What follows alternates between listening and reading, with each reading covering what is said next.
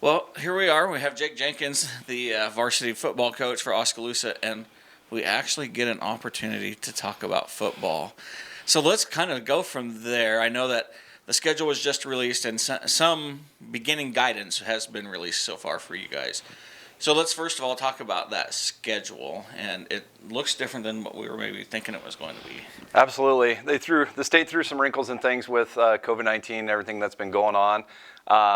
So what they did was they said, we're going to keep all of our district games. And so that starts week 5. So all the district games are going to stay the same, and they're going to be in chronological order how they were on the initial schedule. The first 4 weeks, they basically said it's a toss-up. So out of those 4 weeks that you have, basically pick 2 opponents, and it can be those non-district opponents that you already had scheduled, or it can be anybody in the state, since it's an optional deal. So that kind of created some chaos with coaches, dropping teams and people scrambling to find opponents. And so it's been an interesting 2-3 days that we had, making a lot of phone calls. And we finally found a couple of teams that are going to play us week 1, Dyke New Hartford, which is a team I don't think we've ever played. And they're a fantastic program, a good team. And they're going to come here, play us in Oski. And then week 2 against Tumwa Bulldogs, and that'll be here as well. So we're excited about those games and excited to have our 2 games filled, because some teams, they have some bye weeks in there because of this. So initially, how is the state handling in baseball, softball right now, or this had been, if a student tested positive for COVID, the team was done. Mm-hmm. So how are we handling maybe a positive COVID test with football? So we're doing temp checks every day in the weight room, and then when we're doing on 7-on-7, and then when we get into camp, we'll be doing temp checks. And if we do have anybody that's high, we send them home, and then they get tested. And if we have a positive test, I turn that over to Mr. Parker, our athletic director, and then he turns it over. And so they're, the MASCA, I think it's the health is going to make that call with emergency management, and so they'll make that call as to what steps we take after that. So another one of the tough things is I was getting ready to do my parent meeting. I do an online parent meeting, and talked to Coach Parker today, getting ready to do it, and he said, wait, we're supposed to get guidance by the end of the week. And so it's such, they keep calling it a fluid situation. It's ever changing, and so by the end of the week we should have some more guidance with what exactly it's going to look like. So we hopefully have some more answers for us, but then also for parents and for the student athletes. I was going to say, one of the things I've been hearing about was it kind of like the next man in if a student had COVID. Is that correct or not correct? How are you guys understanding how that might happen? I just know my interpretation is if we have someone that tests positive, I turn it over to our athletic director, and then he calls the right people, and then they make the call. So it's kind of out of our hands. We're just required to make that call and let people know, and then we're going to trace back who they've been in contact with since they think that they got COVID, and so then they can quarantine the other players, student athletes they've been around, and then somebody else more important than me can make that call about what's going to happen, and then we'll follow through with it. Yeah, you're here to play football, aren't you? That's right. At least try to. All right. Well, one of those big, we talked about the schedule a moment ago, but there's no Pella on that schedule. So kind of folks that are wondering, what happened to that tradition of playing Pella? Well, we still what I'm telling everybody is if we go through the season, if we finish the season, there's still a really good chance we're going to play them, because everybody's going to make the playoffs, and it's going to be based off of your ranking, and it's also going to be based off of your location. So being 20 miles away, I still think we're going to play them, whether it's the first round, the second round of playoffs, or whenever that is. I still think it's going to happen. But with the state throwing the wrinkle in things and saying, go find an opponent, and then our first week opponent dropped us, and we were scrambling to find people. Pella's athletic director was on vacation out of town. We were unable to make those contacts. It just caused mass chaos.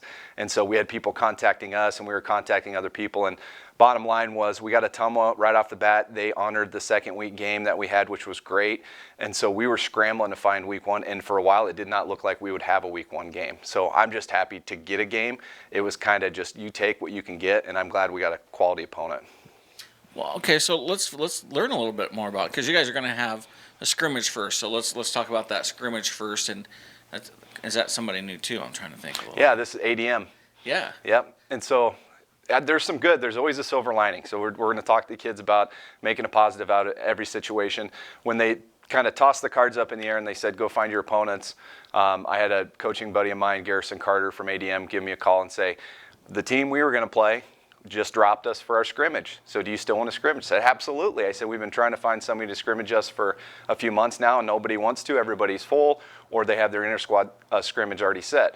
So something really good came out of it, and the fact that we're going to play ADM, and then the following year they'll come play at home for that scrimmage. So we kind of did a verbal 2-year deal with them, which is great because they're a 3A program. They're not in the same district, so we're not going to play them in district play. And so if we ever see them, we'll see them in the playoffs, maybe. I think we've played them once in the time that I can remember. So it's not like a team that we see very often. It should be really good for us and for them as well. All right, and then the official week 1 team. So somebody we've not seen before. Let's kind of learn a little bit of what you might know about them so far. I called their coach, and we exchanged film the other day. Seems like a really classy guy. They have an excellent program at Dike New Hartford. You just look at years past with Dike New Hartford, and you see them making deep runs into the playoffs or to the championship game. So they may be a 1A school, but they're a top-notch program, and they're going to give us a really good game. So we're really excited to play them. I call them a quote-unquote perennial powerhouse just because they're a team that's making deep runs, and they're a quality established program. And I've watched them on film, and they're good. I watched them play Regina last year. Both those teams are excellent teams. So I'm impressed with what I see. It's going to be a big challenge for us, but I'm excited that in the fact that we have ADM as a scrimmage before we get to play Dike New Hartford, and I'm excited, obviously, to play them in front of our awesome home crowd. I was going to say, it'll be kind of like, since we have Pella Christian this year, it'll kind of be that opportunity to play a different class, play a different set of folks. So then we go into week 2, and was it last year? I'll tell you what, my memory's bad as I'm getting older. Ottumwa was our scrimmage. Yeah, Ottumwa has been our scrimmage in the past. We've talked about playing, and so then you go from one end of the spectrum to the other. Then we bump up to Class 4A. And one thing I tell everybody, there are quality teams in every class. You can play at an A or an 8-man school that is just as good as some of the 4A schools out there. So I try not to think too much about class as much as I do tradition and their program as a whole. So Ottumwa, I'm from Newton, and Ottumwa and Newton went back and forth, and we had a lot of games back and forth with them. And so they're always a tough opponent. And so I'm excited because it was a big rivalry for Oski for a long time to go play Ottumwa. And so I'm glad to have them back in the regular season, and glad to have them week 2. And it's, like I said, it's close in proximity. So hopefully that's a game that we can keep going into the future as well. Well, an RPI this year isn't going to counter, so I'm told. Yes and no. We're still waiting because everybody makes the playoffs. So then how are you going to do that? Well, traditionally speaking, when they had 32 teams that made the playoffs, they would seed them based off the quadrant, and then your top team would play your low team. So I do believe that they're going to seed. I don't know if it'll be based off an RPI, but it will be based off of your record and your opponents, and I think they'll take some of those factors in. So yes and no. I don't know if they will have the traditional RPI and then match them up based off the quadrant in the state, or if they'll just take the record and then kind of decide, who's close to who and who deserves to play who. But that's going to be really interesting. The fact, I'm happy that all teams make it, but then also it's difficult in a way because your first round matchups can be very lopsided. If you have the number 1 team in the state playing a team that is over, that can be a really tough game for those guys, even though they're technically making the playoffs. So I think we're going to see mixed reviews with that. I'm excited for the opportunity to play. I just want to make it through, and I want to play a full season. So that's what I'm hoping for. And not to be sarcastic or nothing, but this will ensure a 5-year in a row to the state playoffs. Yeah, that's true. I had a few text messages right when they came out with that. They said, "Congrats on 5 in a row," and I had to laugh. But we definitely want to earn it, and with the schedule that we have, it's a tough schedule and it's a tough district. So I'm excited. You still want to win the district, or you still want to place top in the district, whether it's first, second, as high as you can. So we're still going to be competitive and hopefully go into every game, wanting to get that victory. So let's talk about some of your talent. Of course, you've not even had camp yet, so that'd probably be the first thing to step into is no youth camp, but you're going to have camp for freshmen on up. Yeah, high school camp, so 9, 10, 11, 12. And so we'll do that next week, and we'll stick with the same times that we've done in the past. And it's been a little bit different. I feel bad because it's fun. We like getting our older guys, the varsity guys and JV guys, to go help out with the younger kids. The younger kids look up to them. last year they got to run around with Aaron Blom, who's now at Iowa, and they look up to those kids so much. And so that's kind of something I look forward to every year. So unfortunately, we won't do that this year, but we'll have our 9, 10, 11, 12 camp. And after camp, that's really, as us coaches, we get to, we start to pencil in who we think could play where. And, right now we've done 7-on-7 and we've done some work with our linemen. But you never know until you get pads on, until you get everybody back. And, those positions are up for grabs. And so hopefully we have a competitive camp and we get off to a good start. Well, you noted one of those losses for the Indians this year is Aaron Blom, and as he becomes a Hawkeye this year. What other talent are we going to be, or maybe you as a coach are going to be going, man, I wish I had that back this year? Oh, it happens every year. You always miss your seniors, and in a way, they're always a part of the program when they move on. The saying is, once an Indian, always an Indian. So I like to think that those guys are never gone and that, they're always supporting us wherever they are, whether they're in Iowa City or whether they're, wherever they decide to go. You always miss those guys. And it comes in different spurts and different moments where, you may not be thinking about it until something happens or until, hey, I need Sullivan Tye to jump in there and he's not there, or I need Aaron Blom, or I need Cody Gunn to step up and make a big play.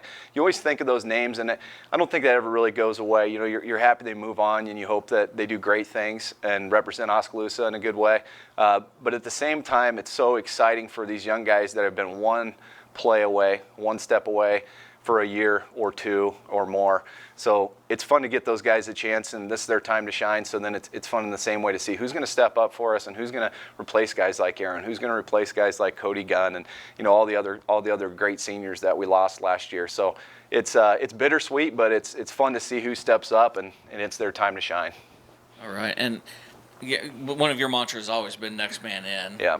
And some of those players that you're talking about were always that, somebody needed a rest or what have you. Those are the folks that you plugged in that now get to be, the starting crew this year. Mm-hmm. How do you think that, or do you see young kids like that first night, Friday Night Lights, their name gets called, they run out there, and do you see a difference in how a kid transforms from I was the next man in to I'm the man now?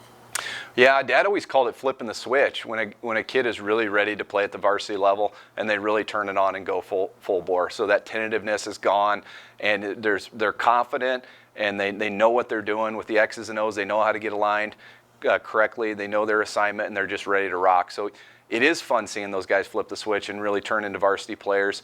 And that's why scrimmage is so important, because those, the deer in headlight looks, or, those early jitters you have, especially the first time you step on a varsity field. We can go to a quality team like ADM, a 3A school like us, and they're going to have kids that have the same look on their face. And ultimately, we're helping each other get ready for week one. And it's hard to do it when you break up inter squad. It just really is. It's nice to go. I always tell our guys, we want to take our dudes against other dudes. We want to take our team against another team. And we really want it to benefit both sides. And I truly believe that. So scrimmage is big. If the state will allow it, there's rumblings that they might say we're not going to do any. So we may go back to the inter squad. But as of right now, we'll play ADM, and we'll figure a lot of those things out, and we'll fix a lot of the mistakes that us coaches are going to make week one, the players are going to make week one. And so really between week 0 and week 1, we can make a lot of improvement. So that's why we're so excited to have this scrimmage. I was going to say, the tradition had been the old shoe game. Yep. And the inter squad sort of scrimmage. Yep. But that is a little difficult for teammates, because you just don't hit somebody quite as hard because that's your teammate. You just don't maybe be quite as aggressive as need be. So do you find, though, that the inter squad versus taking on somebody like ADM really does provide more of a benefit? I think it's 100 times better. And, you can do it either way, but really when it comes down to it, I want our the guys we think are going to be the starters, and we're not always right. That's why you have a bunch of different groups play, give everybody a chance to play, and then kids surprise us, and kids step up that, we didn't necessarily know would step up. So we like to get our ones versus somebody else's. And if you take our ones, say, for example, on offense, and then go against defense, a lot of the ones on offense could be playing on defense as well, but we just took them from the defense. And then we have backups or backup on defense. And it's just really not the same. So if you can really take your ones and go against somebody else's ones, it really shows you where you're at. And if you have a weakness, it shows you where the weakness is. And if you're really good somewhere, it really shows you where you're really good somewhere. It's big for us to be able to do that. So any year that we can, we really want to scrimmage, and I'm hoping this ADM thing really works out for us, because I think, like I said, it would benefit both sides. Well, I know that you and your coaching staff and the school system and everybody's working really hard to make this happen. And I think according to the post that was on Oski News when I shared the schedule, everybody is really looking forward to getting back to school, to playing football, to seeing those kinds of things. So we really wish you guys, great success, and hopefully things work out well. We want everybody to be safe, of course. And any last thoughts maybe for parents or students or those, maybe curious about this season? I would say definitely got to give a shout out to Ryan Parker. He's been busting his butt, so to speak, to help us because we got those games dropped, and he didn't have to make as many phone calls as he did. So he really worked with us to try to get those games to give us the best chance to be ready for district play. He did an awesome job, and he put in a lot of time on the weekend for that. And our school as a whole, I think, is doing an excellent job thinking about the safety of the kids. And ultimately, everybody, whenever we have our parent meetings and things like that, I say number one thing is safety of your child, whether they have an injury or an illness or a sickness or whatever. I'd rather err on the side of caution. So we're going to do whatever we can to keep kids safe, and that's going to be in school and it's going to be on the field of play. The coaches are ready to get back. The kids are ready to get back, and I know the fans and the community's ready to get back, and we'll do so as long as everybody's being safe, as long as we think about, number one, the safety of the kids. Well, the next time I see you, I hope maybe we can talk a little bit more about positions and players. Hope so. But I know right now that that's an unknown quantity for you guys. Right now it's hey, we just got the schedule and Yep. the plan is we're going to play. That's the plan right now. We have some names penciled in, but really, like we tell the kids, they earn positions, but nothing's set in stone until we get back to practice and until kids earn their spots. So there's a lot of unknowns, but I will say there's a lot of talent running around out there, and there's a lot of fire in the kids, and you can see it when we're back. They're attentively listening, and they're working really hard, and it's almost eerily quiet when the coaches talk. It's like they're so excited to be there that they want to hear everything and absorb everything because they really want this thing to get going. So it's exciting. You think it's a different attitude since they had so much time off or away from school, I should say, in the spring, and Yeah. they're just taking it differently? Yeah, I do. It was almost eerily quiet the first time we went out at 7-on-7. Normally, I'm like the classroom teacher. Guys, calm down here. They're out there hitting each other and stuff and playing catch. They were like locked and loaded, eyes glued to the coaches, and they're just attentively listening. And to me, that was great. It's kind of sad in the same token because it's like they've missed out on so much of this that they're taking the little things.